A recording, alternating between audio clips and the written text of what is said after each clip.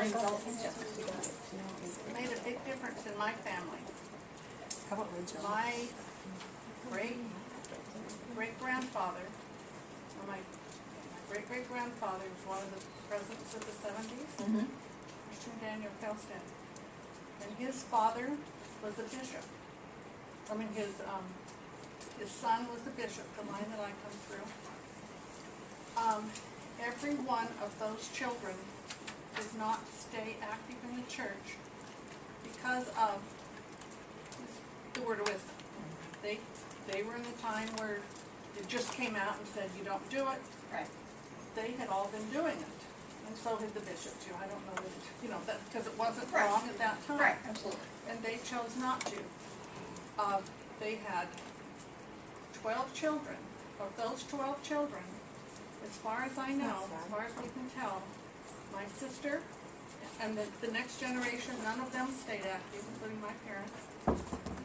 The next generation, there's only my sister and myself and one other cousin that I know that is still active in the church. So it did, I mean, you're talking about this, but it did affect me. Absolutely. Absolutely it did. People. Absolutely it did. Yes. Well, we talk about it being a temporal law, and I agree, but it has eternal consequences in many cases, especially in the partaking of things that alter your mind. Absolutely. Which, our youth, with most people it starts with alcohol. But from that, typically, worse decisions are made.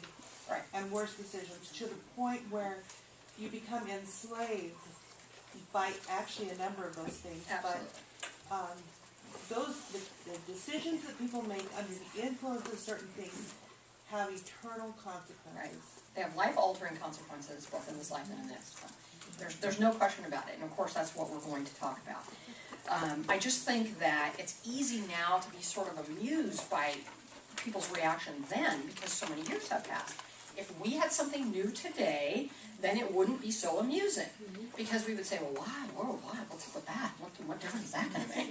And was that really inspiration or whatever? And the same cycle would occur again. And 150 years from now, those people will be laughing at us. And so I just think that that's a normal thing. But it is, there is a certain level of amusement in reading those stories from back then. And the dire consequences of people their willingness not to accept it or to change their lives or so forth. Absolutely. Let's look at verse 3 and 4 in the introduction. It says, this is given for a principle of promise, adapted to the capacity of the weak and the weakest of all saints, who are or can be called saints.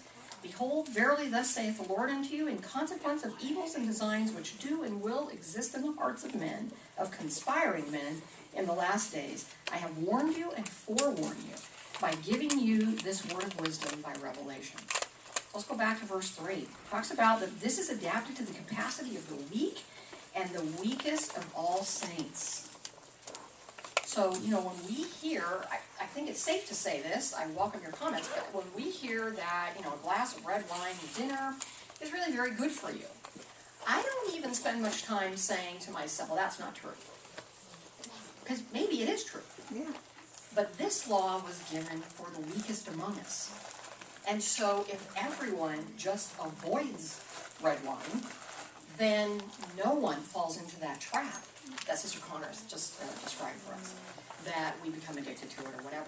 Because there are people who have a great strength or willpower or whatever to avoid it or to give it up. And there are other people who are enslaved to that for the rest of their lives.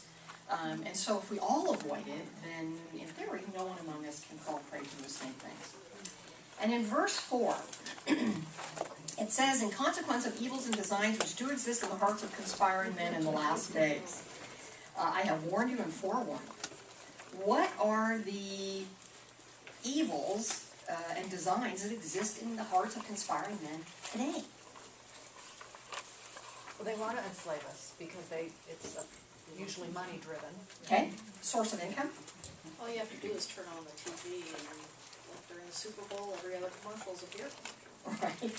Right. And how fantastic is your life if you drink that beer? Right. You have a better life. Yes. I was going to say too that the part of it too is that when you have like alcohol or some kind of drug, your discipline and your desire to do good is dampened. Absolutely. And then men conspire to make, in the last days, to make good evil and evil good, and people start believing that. Ain't that the honest truth? Yes. Well, and the cigarette companies are now having to admit that they put stuff in there that made you want addicted to it. Mm-hmm. All right, now they tell them. Right, yeah.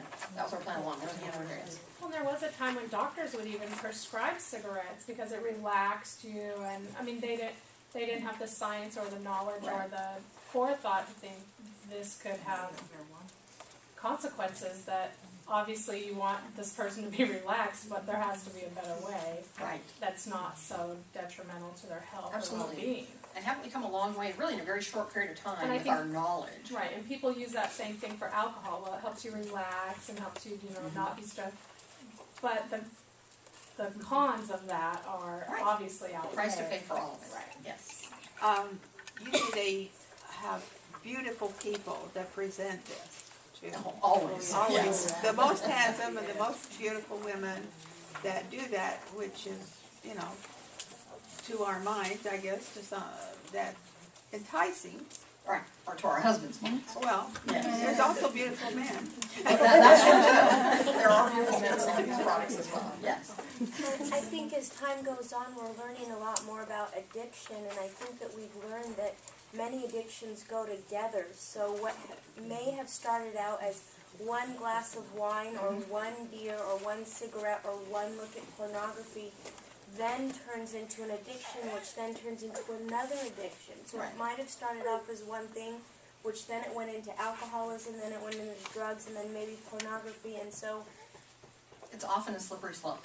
Yeah, there's no question about that. Yes. And as women too, I think that when we are given the divine calling to bear children, I've seen women that could not stop smoking while they were pregnant, Right. or drink while they were pregnant, and these children suffer a life consequence of respiratory or other illnesses that, Right. it's never without a price. That's so true. It's never without a price. Yes. I know that a lot of you probably watched the news. I was watching the news one day, and they had a health check, and they were saying that one glass of wine a day is healthy for you. And after the health check was over and the news came back on, they were commenting about how it's shocked because on the news on TV. That's Right. Let me just throw one other thing in before we move on. And that is that we're talking about the hearts of conspiring men being companies, organizations, maybe drug dealers, that type of thing. I'm going to plant the idea in your head that perhaps you need to just watch the person next to you. That sometimes misery loves company. Or they say that, why don't you do this? Come with me, we'll do it together. Right? And I don't understand why you don't do that. Or they laugh at you because you don't participate in something. And it doesn't have to be big evil corporations that are out to, drain your wallet. It just has to be somebody who's trying to bring you down. Whether they even realize that's their motive or not doesn't matter.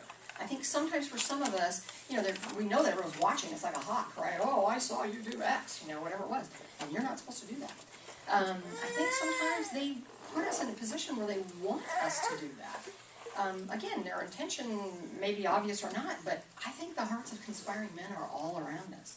There's no question about it, because if they can get you to do what they're doing, then what they're doing is better, right? Because you're a Mormon and you did it, so it can't be all that bad. Let's move on. I happen to think that the word of wisdom is still sort of controversial, certainly to the outside world, but even within our own ranks, it's a little bit controversial. I think sometimes we want it to be like the law of Moses. We want it to be spelled out exactly. Yeah, but is Diet Pepsi as bad as Pepsi? Or, whatever. Can we, can't we? And I don't know. I just think that sometimes we really want it spelled out. What's the church's stand on Hershey bars? Or what